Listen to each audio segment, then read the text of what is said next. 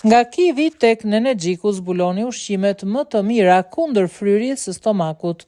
Dhimbjet e barkut, gazra dhe fryrja e stomakut janë kryesisht simptoma të një tretje problematike, por edhe pasoja të ushqyerjes së keqe. Ka ushqime të caktuar të cilat shkaktojnë një fryrje artificiale të stomakut, por edhe gazrat vazhdueshme dhe një ndjesi pareatit madhe. Në shumë raste, fryrja e stomakut mund të eliminohet fal konsumimit të ushqimeve dhe pijeve të caktuara të shëndetshme për tretjen, cilat janë ushqimet që eliminojnë fryrjen e stomakut.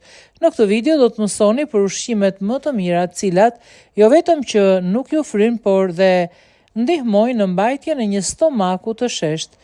Kivi është një frut shumë i pasur me fiber. Ekspertët thonë se ngrënia e 2 frutave në ditë për 4 javë me radhë eliminon konstipacionin dhe fryrjen e barkut. Çaji i Nenexhikut.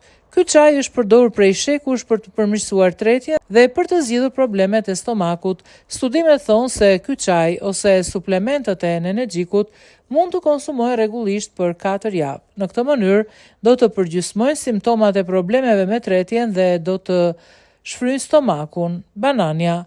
Ky frut është një burim shumë i pasur i fibrës, e cila ushqen bakteret e mira në stomak dhe përmirëson tretjen.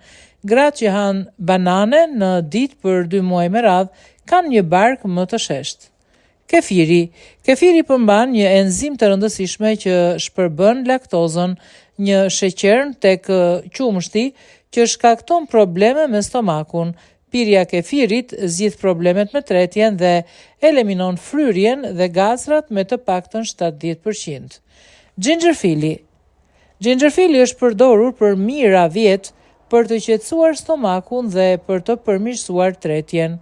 Ai qetëson muskujt dhe lejon trupin të nxjerrë gazrat më me lehtësi. Xhinxheri, një prej përbërësve kryesor të këtij zhardhoku, ofron përfitime të shkëlqyera për stomakun dhe tretjen. Piepri.